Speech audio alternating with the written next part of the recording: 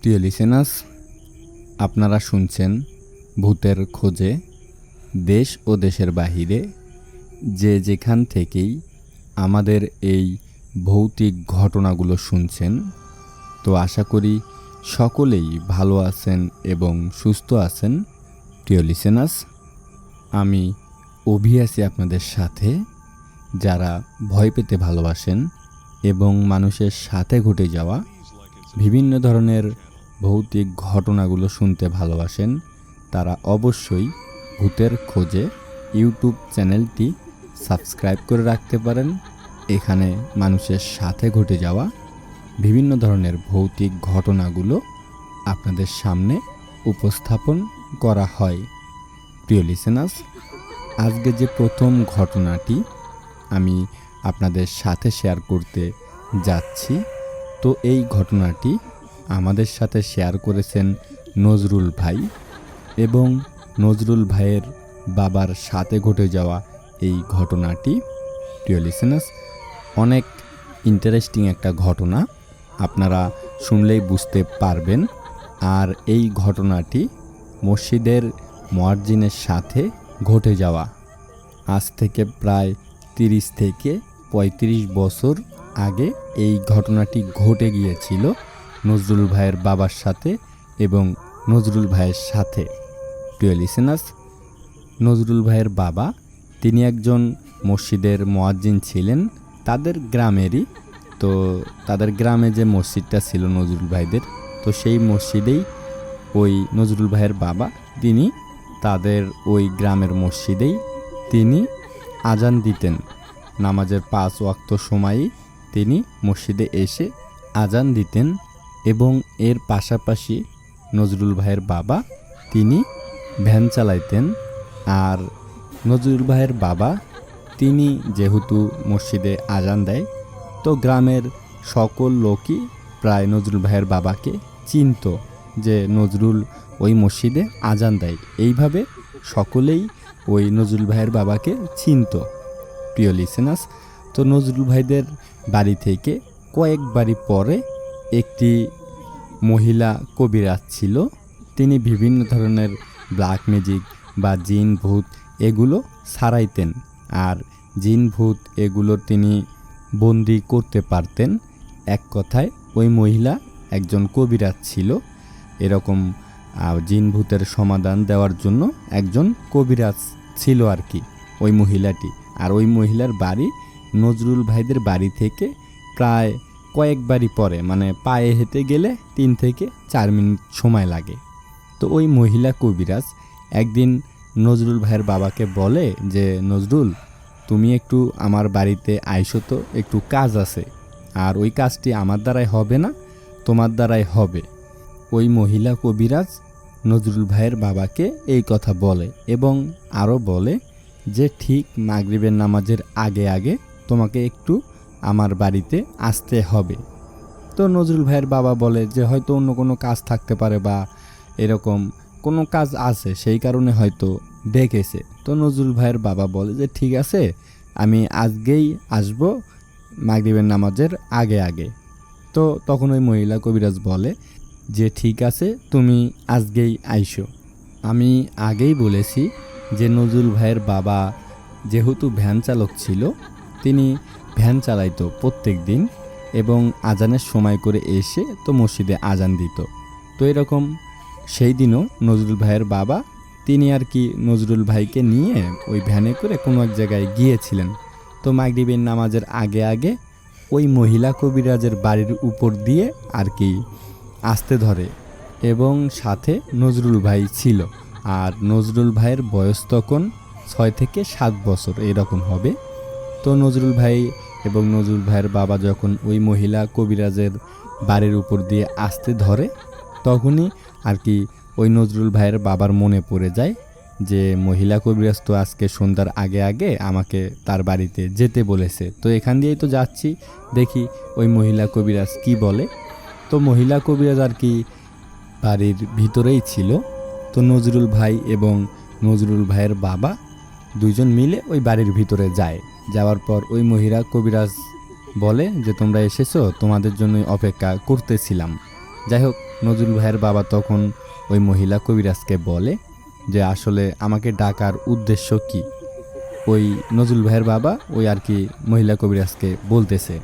তখন ওই মহিলা কবিরাজ বলে যে তুমি একটু আমার বাড়ির চার কোণায় একটু আজান দিয়ে দিবা এবং আমার ঘরের দরজার সামনে দাঁড় হয়ে ওখানে একবার আজান দিয়ে দিবা। তো ওই মহিলা কবিরাজ আর কি নজরুল ভাইয়ের বাবাকে বলে। তো নজরুল ভাইয়ের বাবা জানতো না যে তার সাথে কি ঘটবে বা কি ঘটতে চলতেছে, এটা কিন্তু তিনি বুঝতে পারেনি, প্রিয় লিসেনার্স। তো নজরুল ভাইয়ের বাবা স্বাভাবিকভাবেই তো বাড়ির চার কোণায় 4টি বার আজান দেয়। তো বাড়ির চার কোণায় 4 বার আজান দেওয়ার পর তখন ওই মহিলা কবিরাজ বলে যে ঘরের দরজার সামনে দাঁড় হয়ে ওখানেও একটা আজান দিতে হবে।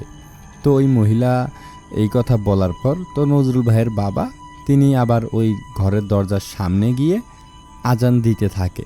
তো নজরুল ভাইয়ের বাবা যখন ওই মহিলা কবিরাজের ঘরের সামনে দাঁড় হয়ে আজান দিতে থাকে, তো আজান দেওয়াকালীন নজরুল ভাইয়ের বাবা এবং ওই নজরুল ভাই ওই মহিলা কবিরাজ দেখতে পারে ওই মহিলা কবিরাজের ঘর থেকে বিশাল বড় একটি আগুনের গোলা বের হয়ে তো চলে গেল, অন্যদিকে চলে গেল। এটা আর কি তারা 3 জন মিলেই দেখতে পারে, মহিলা কবিরাজ, নজরুল ভাই এবং নজরুল ভাইয়ের বাবা। তখন তো নজরুল ভাই ছোট ছিল, ভীষণ ভয় পেয়ে যায় যে এত বড় আগুনের গোলা ঘর থেকে কিভাবে বের হলো। যখনই ওই আগুনের গোলাটি ঘর থেকে বের হয়, বের হওয়ার পর নজরুল ভাইয়ের বাবা এবং নজরুল ভাই তারা 2 জনই দেখতে পারে যে বাড়ির বাহিরে অনেক বাতাস হচ্ছে। ওই মহিলা কবিরাজের আশেপাশে যে গাছগাছালিগুলো ছিল এতটাই বাতাস হচ্ছিল, মনে হচ্ছে যে ওই গাছগাছালিগুলো ভেঙে চুরে সব চুরমার করে ফেলতেছে, এরকম একটা অবস্থা। তো এগুলো দেখে আর কি ওই নজরুল ভাইয়ের বাবা ভীষণ ভয় পেয়ে যায় এবং আজান শেষ করে তো ওই মহিলা কবিরাজের কাছে যায়। যাওয়ার পর বলে যে আসলে আপনি আমার দ্বারা কী কাজ করলেন, আর এই আগুনের গোলাটি ঘর থেকে এইভাবে বের হয়ে গেল কেন, আর এই আগুনের গোলাটি আসলে কি? এই কথা ওই মহিলা কবিরাজকে বলে নজরুল ভাইয়ের বাবা। তখন ওই মহিলা কবিরাজ বলে যে দেখো, আমি তো সব জায়গায় কবিরাজি করে বেড়াই, তো কিছু কিছু জিন আছে আমার শত্রু, তো আমার ক্ষতি করতে চায়। তো সেই জিনগুলো আমার ঘরের ভিতর এসে আমার অনেক ক্ষতি করার চেষ্টা করে। তো আমি পুরো বাড়িটা বন্ধ করে নিলাম যাতে কোনো জিন বা অন্য কিছু আমার ক্ষতি করতে না পারে। এই কথা ওই মহিলা কবিরাজ নজরুল ভাইয়ের বাবাকে বলে। তখন ওই মহিলা কবিরাজকে নজরুল ভাইয়ের বাবা বলে যে আপনি এই কাজটা ঠিক করেন নাই, আমাকে দিয়ে এই কাজটা কেন করালেন, আর এগুলি কাজ তো ভালো না, আপনি কেন আমার দ্বারাই এই বাড়ি বন্ধ করে নিলেন। নজরুল ভাইয়ের বাবা এই কথা আর কি ওই মহিলা কবিরাজকে বলে। তখন মহিলা কবিরাজ বলে যে কোনো সমস্যা নেই, আমি সব কাজ করে রেখেছিলাম, শুধু আজান দেওয়াটা বাকি ছিল। তো আজান দেওয়া শেষ করার সাথে সাথে আমার পুরো বাড়ি বন্ধ হয়ে গেছে, এখন কোনো কিছু আর আমার বাড়িতে প্রবেশ করতে পারবে না বা আমার কোনো ক্ষতি করতে পারবে না। এই কথা ওই মহিলা কবিরাজ নজরুল ভাইয়ের বাবাকে বলে। তো নজরুল ভাইয়ের বাবা রেগে তো নজরুল ভাইকে নিয়ে তার ভ্যানে করে যখন বাড়িতে যাচ্ছিলেন নজরুল ভাই এবং নজরুল ভাইয়ের বাবা, তখন তারা দেখতে পায় যে, আর তখন কিন্তু একটু একটু অন্ধকার হয়ে এসেছিল, মানে আজান দেওয়ার সময় হয়ে গিয়েছিল আর কি, মাগরিবের নামাজের আজান দেওয়ার সময় হয়ে গিয়েছিল। তো নজরুল ভাইয়ের বাবা ভ্যান চালাচ্ছে এবং নজরুল ভাই পিছনে বসে আছে। তো নজরুল ভাই নাকি দেখতে পারে যে সেম ওই আগুনের গোলাটি তাদের পিছন পিছন আসতেছে, তাদের ভ্যানের পিছনে পিছনে যে আগুনের গোলাটি ওই মহিলা কবিরাজের ঘর থেকে বের হয়ে গিয়েছিল, তো ওই আগুনের গোলাটি নজরুল ভাইয়ের পিছন পিছন আসতেছে, তাদের ভ্যানের পিছনে পিছনে জ্বলতে জ্বলতে আসতেছে। তো নজরুল ভাই তো ভীষণ ভয় পেয়ে যায় এবং তার বাবাকে বলে যে বাবা, এরকম দেখো ওই আগুনের গোলাটি আমাদের পিছন পিছন আসতেছে। এইটা দেখার পর তো নজরুল ভাইয়ের বাবাও ভীষণ ভয় পেয়ে যায়। তিনি খুব দ্রুত বাড়িতে ঢুকে যায়। আর বাড়িতে ঢোকার পরে ঘটে ভয়ঙ্কর একটি ঘটনা। প্রিয় লিসেনার্স, তো নজরুল ভাইয়ের বাবা ভয় পেয়ে তার ভ্যান নিয়ে বাড়ির ভিতরে ঢুকে যায়। ভ্যান নিয়ে যখন নজরুল ভাই এবং নজরুল ভাইয়ের বাবা বাড়িতে ঢোকে, তাদের আঙিনার ভিতর ওই ভ্যানটি রাখতো, যে ভ্যানটি আর কি নজরুল ভাইয়ের বাবা চালাইতো। তো আঙিনার ভিতর রাখার পর নজরুল ভাই এবং নজরুল ভাইয়ের বাবা ভীষণ ভয় পেয়ে যায়, একে অপরের দিকে তাকায় থাকে যে এটা কি হলো, আর এই আগুনের গোলাটা আমাদের এইদিকে আসলো কেন। এইটা তো তারা তখন বুঝতে পারতো না। আর ওই নজরুল ভাইয়ের বাবার এসব সম্পর্কে অত ধারণা ছিল না, এরকম জিন ভূত এগুলোর সম্পর্কে কোনো ধারণা ছিল না। তো এরপর নজরুল ভাই এবং নজরুল ভাইয়ের বাবা তারা দুইজন মিলে তো সাইডে বসে ওই সব নিয়ে চিন্তা করতে থাকে। এর ভিতরে শুরু হয় ভয়ঙ্কর ঘটনা। তো নজরুল ভাই এবং নজরুল ভাইয়ের বাবা তারা দেখতে পারে যে তাদের বাড়ির ভিতরে অনেক জোরে জোরে বাতাস হচ্ছে, মনে হচ্ছে যে তুফান এসে গেছে তাদের বাড়ির ভিতরে, এরকম একটা অবস্থা, অনেক বাতাস হচ্ছে। তো নজরুল ভাইয়ের বাবা ভয় পেয়ে তো একটু সাইডে চলে যায় নজরুল ভাইকে নিয়ে। তখন ওই নজরুল ভাই এবং নজরুল ভাইয়ের বাবা দেখতে পারে যে তাদের যে ভ্যানটি ছিল সেই ভ্যানটি শূন্যের উপরে ভেসে যায় এবং প্রচণ্ড বাতাস হতে থাকে, আর ওই ভ্যানটি শূন্যের উপরে ভেসে যায়। তো শূন্যের উপরে ভেসে যাওয়ার পর আবার ওই ভ্যানটি মাটিতে পড়ে। মাটিতে পড়ার পর ওই ভ্যানটি একাই একাই চলতে থাকে, অটোমেটিক ওই ভ্যানটি চলতে থাকে। তো চলতে চলতে ওই নজরুল ভাইদের যে রান্নাঘর ছিল ওই রান্নাঘর ভেঙে, মানে গাড়িটি এত জোরে রানিং হয়, ওই ভ্যানটি একাই রানিং হয়ে চলতে চলতে তাদের যে রান্নাঘর ছিল সেই রান্নাঘরের ভিতর দিয়ে, আর রান্নাঘর কিন্তু চারদিকে বেড়া দেওয়া ছিল, তখন ওই ভ্যানটি চলতে চলতে যে রান্নাঘরটি ছিল নজরুল ভাইদের, তো ওই রান্নাঘরটি ভেঙে, মানে রান্নাঘরের ভিতর দিয়ে বেড়া সব ভেঙে একাই অনেক স্পিডে যেতে থাকে। এগুলো কিন্তু নজরুল ভাই এবং নজরুল ভাইয়ের বাবা দাঁড় হয়ে দেখতেছিল। তো যখন ওই ভ্যানটির রানিংয়ে ওই রান্নাঘর ভেঙে চুরে একদম বের হয়ে, তো নজরুল ভাইদের বাড়ির পিছনে একটি পুকুর ছিল, ওই পুকুরের ভিতরে ভ্যানটি পড়ে যায়। তো ওই পুকুরের ভিতর ভ্যানটি পড়ে যাওয়ার পর কিছুক্ষণ পর আজান দিয়ে দেয়। তো আজান দেওয়ার সাথে সাথে আর কি সব কিছু একটু স্বাভাবিক হয় বা নর্মাল হয়ে যায়। প্রিয় লিসেনার্স, ঘটনাটি কিন্তু এখানেই শেষ হতে পারতো বা এখান থেকে সব কিছু বাদ হয়ে যেতে পারতো, কিন্তু ঘটনাটি এখান থেকেই আরও বেশি শুরু হয়। আর এরপরে নজরুল ভাইয়ের বাবার কিন্তু মৃত্যু হয় এই ঘটনাটিকে কেন্দ্র করে। প্রিয় লিসেনার্স, তো নজরুল ভাইয়ের বাবা ওই বাড়ি থেকে আজান দেওয়ার পর থেকেই কিন্তু এই ঘটনাগুলো ঘটতে থাকে। আর আজান দেওয়ার পরেই আর কি যখন বাড়িতে আসে, তো এই ভ্যানের ভয়ঙ্কর ঘটনাটি আর কি তাদের সাথে ঘটে যায়। তো নজরুল ভাইয়ের বাবা তখন বিষয়টি বুঝতে পারে না যে এটা কি ঘটলো তার সাথে। তো মূলত সেই রাতটা এইভাবে কেটে যায়, বা তখন তো সন্ধ্যা হয়েছিল, তো রাতটা এইভাবে কেটে যায়। পরের দিনটাও কেটে যায়, প্রায় 2-3 দিন কেটে যায়, কোনো সমস্যা হয় না। তো নজরুল ভাইয়ের বাবা হয়তো ভেবেছে যে সব কিছু স্বাভাবিক হয়ে গেছে, কোনো সমস্যা নেই। তো নজরুল ভাইয়ের বাবা তারপর থেকেই আবার ভ্যান চালানো শুরু করে। তো দেখা যায় যে ভ্যান চালায় ঠিকই, কিন্তু বাড়িতে ফিরতে ফিরতে অনেক রাত পর্যন্ত হয়ে যায়। কাজকাম থাকলে অনেক রাত হয়ে যায় বাড়িতে ফিরতে ফিরতে ওই ভ্যান নিয়ে। তো এরকম ভয়ঙ্কর একটি ঘটনা একদিন ঘটে। তো নজরুল ভাইয়ের বাবা তিনি এরকম একটি টিপ নিয়ে তো অন্য কোনো গ্রামে চলে গিয়েছিলেন। তো ওখান থেকে ফিরতে ফিরতে প্রায় রাত 11টা বা 12টার মতো বেজে যায়। তো তিনি বাড়িতে আসতেছিলেন। তো যখন নজরুল ভাইয়ের বাবা ভ্যান চালিয়ে চালিয়ে আসতেছিল, তো ওই নজরুল ভাইয়ের বাবা দেখতে পায় একটি শিমুল গাছ, অনেক মোটা একটি শিমুল গাছ, আর যে রাস্তা দিয়ে আসতেছিল তো সামনেই আর কি শিমুল গাছটা পড়ে। তো ওই নজরুল ভাইয়ের বাবা দেখতে পারে যে ওই শিমুল গাছের নিচে একটি মেয়ে কান্না করতেছে, আর ওই মেয়েটির পরনে ছিল সাদা ধপধপে একটি জামা পরা এবং চুলগুলো ছেড়ে দেওয়া আর মাথাটা নিচু করে কান্না করতেছে। এটা কিন্তু ওই নজরুল ভাইয়ের বাবা দেখতে পারে। আর নজরুল ভাইয়ের বাবার সাথে তখন কেউ ছিল না। যাই হোক, নজরুল ভাইয়ের বাবা ওই মেয়েটিকে দেখে ভাবতে থাকে যে এত রাত্রেবেলা এই মেয়েটি এখানে কান্না করতেছে কেন, বা এই মেয়েটিকে আশেপাশে তো কোনো ঘরবাড়িও নেই, তাহলে এই মেয়েটি এখানে এইভাবে কেন কান্না করতেছে।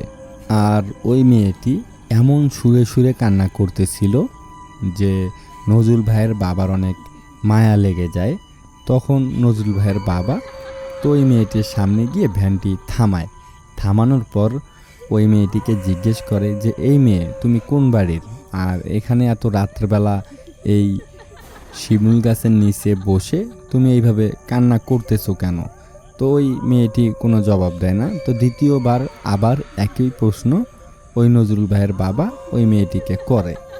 তখন ওই মেয়েটি নজরুল ভাইয়ের বাবাকে বলে, এবং মাথাটা কিন্তু নিচু করেই ছিল। নজরুল ভাইয়ের বাবা তখন পর্যন্ত ওই মেয়েটির কোনো চেহারা দেখতে পায়নি, মাথা নিচু করেই বলতেছিল যে আমার মা বাবাকে বন্দি করেছে, তো আমার মা বাবাকে আমি আর দেখতে পাচ্ছি না, সেই জন্য আমি এখানে বসে কান্না করতেছি, ওই মেয়েটি বলে। আর এই কথা শুনে তো ওই নজরুল ভাইয়ের বাবা তখন তিনি বলে যে তোমার বাবা মাকে কে বন্দি করেছে। তখন ওই মেয়েটি বলে যে মহিলা কবিরাজ। এই কথা যখন আর কি ওই মেয়েটি নজরুল ভাইয়ের বাবাকে বলে, তখন তো তিনি বিষয়টা বুঝে যায় যে আসলে এইটা কোনো মানুষ না, আর মানুষ হলে এই এত বড় ভয়ঙ্কর শিমুল গাছের নিচে বসে কান্না করতো না। এটা তখন বুঝে যায় যে এই মেয়েটি হয়তো ওই নজরুল ভাইয়ের বাবার পথ আটকানোর জন্যই এখানে বসে আছে। নজরুল ভাইয়ের বাবা মেয়েটির এই কথা শুনে মেয়েটিকে বলে যে ঠিক আছে, আচ্ছা আমি তাহলে যাই। যখনই নজরুল ভাইয়ের বাবা এই কথা বলে যে আমি যাই, তখনই ওই মেয়েটি কান্না থেকে ভয়ঙ্করভাবে হাসতে থাকে এবং মাথাটি তুলে বসে। ওই মেয়েটি তো মাথা নিচু করে কান্না করতেছিল, এবং যখন হাসে তখন নজরুল ভাইয়ের বাবার সামনে মাথাটি উঁচু করে তোলে আর কি। আর তখনই নজরুল ভাইয়ের বাবা ওই মেয়েটির চেহারা দেখতে পারে। চেহারা দেখার পর ভীষণ ভয় পেয়ে যায় নজরুল ভাইয়ের বাবা, কারণ ওই মেয়েটির চেহারা এতটাই ভয়ঙ্কর ছিল যেটা একটা সাধারণ মানুষ কোনোভাবেই সহ্য করতে পারবে না। নজরুল ভাইয়ের বাবা দেখে যে ওই মেয়েটির একদম চোখগুলো নেই, একদম কালো কুচকুচে হয়ে আছে, চোখের ভিতর কোনো মণি নেই, এবং মুখটা অনেক বড়। আর দেখে মনে হচ্ছে যে ওই মেয়েটি হয়তো একদম পুরে ছাই হয়ে গেছে, এরকম একটা অবস্থা। চেহারার এতটা বাজে অবস্থা, মনে হচ্ছে পুরে একদম আংরা আংরা হয়ে গেছে চেহারার ভিতর, এটা দেখে বোঝা যায়। তো নজরুল ভাইয়ের বাবা যখন এই মুখে ভয়ঙ্কর হাসি দেখতে পায়, তো সাথে সাথে নজরুল ভাইয়ের বাবা অজ্ঞান হয়ে যায়। পরবর্তীতে আর নজরুল ভাইয়ের বাবার আর কিছু মনে থাকে না। প্রিয় লিসেনার্স, যখন এইরকম ভয়ঙ্কর একটি ঘটনা ঘটে বা ঘটবে, আসলে সকলেই অজ্ঞান হয়ে যাবে, আর এটা সহজে সাধারণ মানুষ নিতে পারবে না। এই ভয়ঙ্কর হাসিগুলো বা এই ভয়ঙ্কর জিনিসের কবলে পড়লে কম বেশি সকলেই অটোমেটিকভাবেই অজ্ঞান হয়ে যায়। তো অজ্ঞান হওয়ার পর এইদিকে নজরুল ভাইয়ের বাবা বাড়িতে যাচ্ছিল না। নজরুল ভাইয়ের মা এবং নজরুল ভাই অনেক টেনশন করতে থাকে। তো তারা লাইট এবং গ্রামের আরও কিছু লোক সহ বের হয়ে যায়, যে তারা জানতো যে অমুক জায়গায় টিপ নিয়ে গেছে, তো এখন পর্যন্ত কেন বাড়িতে ফিরতেছে না, প্রায় রাত 1টা বেজে গেছে। তো গ্রামের লোক সহ নজরুল ভাই, নজরুল ভাইয়ের বাবা, তারা ওই পথ দিয়ে আসতে থাকে। এসে দেখে যে নজরুল ভাইয়ের বাবা ওই রকম মাটিতে পড়ে আছে ওই শিমুল গাছের নিচে, এবং তার পুরো শরীরে আর কি আঁচড়ের দাগ। মনে হচ্ছে যে হিংস্র প্রাণীরা যদি খামচি দেয় তাহলে কীরকম দাগ হবে, এবং পিঠের ভিতরে ধারালো দাঁত দিয়ে যদি কামড় দেয় তাহলে কীরকম হবে, এরকম একটা অবস্থা। কিন্তু ওই নজরুল ভাইয়ের বাবা তখন বেঁচে ছিল। তো নজরুল ভাইয়ের বাবাকে সবাই ধরে আর কি বাড়িতে নিয়ে যায়। বাড়িতে নিয়ে যাওয়ার পর পরের দিন আর কি হাসপাতালে নিয়ে যাওয়া হয়। হাসপাতালে নিয়ে যাওয়ার পর তো সকলেই জিজ্ঞেস করে যে আসলে কি হয়েছিল আর এমন কেন হয়েছে তার অবস্থা। তো নজরুল ভাইয়ের বাবা তখন সকলকে এই ঘটনাটি খুলে বলে যে এইরকম আজান দেওয়ার পর থেকেই ওই মহিলা কবিরাজের বাড়িতে আজান দেওয়ার পর থেকেই আর কি এইরকম ভয়ঙ্কর ঘটনাগুলো তাদের সাথে ঘটে গেছে। তো হাসপাতালেই এই ঘটনাটি সবার সাথে শেয়ার করে। প্রিয় লিসেনার্স, পরবর্তীতে নজরুল ভাইয়ের বাবা ওই হাসপাতালে প্রায় কিছুদিন ভর্তি থাকে। ভর্তি থাকার পর এই দিকে ওই মহিলা কবিরাজেরও লাশ পাওয়া গিয়েছিল একটি বাঁশঝাড়ের ভিতরে। মহিলা কবিরাজের বাড়ির পিছনে বিশাল বড় একটি বাঁশঝাড় ছিল। তো ওই বাঁশঝাড়ের ভিতরে মহিলা কবিরাজ কি যেন করতে গিয়েছিল হয়তো।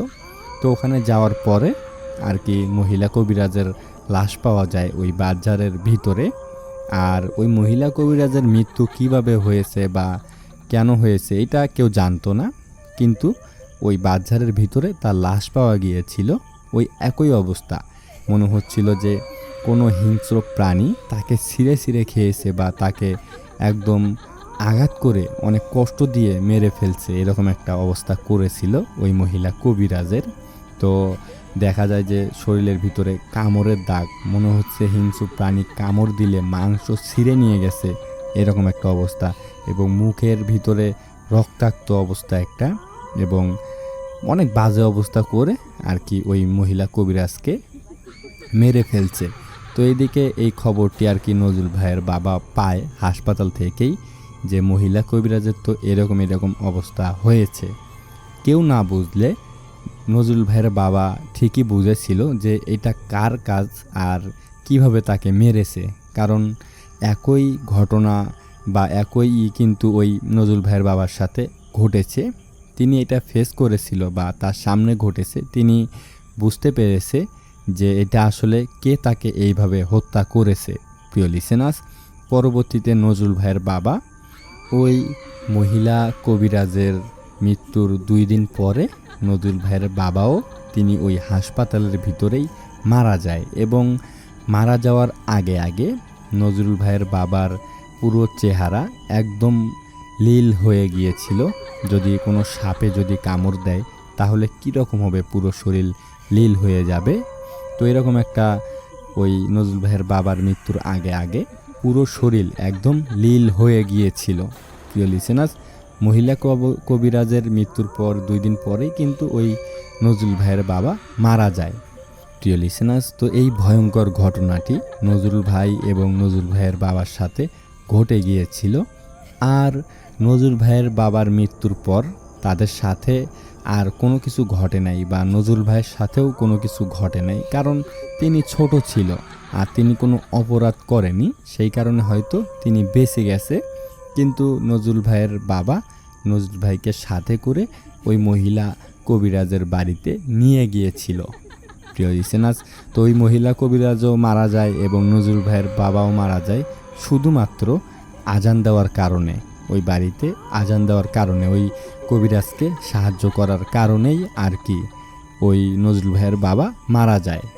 প্রিয় লিসেনার্স, তো আশা করি নজরুল ভাইয়ের পাঠানো ঘটনাটি আপনাদের ভালো লেগেছে। নজরুল ভাইয়ের পাঠানো ঘটনাটি আমার কাছে অনেক ভয়ঙ্কর মনে হয়েছে, তাই এই ঘটনাটি আমি আপনাদের সাথে শেয়ার করলাম। প্রিয় লিসেনার্স, যারা এখনও ভূতের খোঁজে ইউটিউব চ্যানেলটি সাবস্ক্রাইব করেননি, তারা অতি দ্রুত ভূতের খোঁজে ইউটিউব চ্যানেলটি সাবস্ক্রাইব করে ফেলুন, এরকম বা অন্যরকম মানুষের সাথে ঘটে যাওয়া বিভিন্ন ধরনের ভৌতিক ঘটনাগুলো শোনার জন্য। প্রিয় লিসেনার্স, যারা আমাদের সাথে ঘটনা শেয়ার করতে চান তারা কিন্তু 2টি উপায়ে আমাদের সাথে ঘটনা শেয়ার করতে পারবেন। এক হচ্ছে ইমো হোয়াটসঅ্যাপের মাধ্যমে, আর এক হচ্ছে ইমেল করে।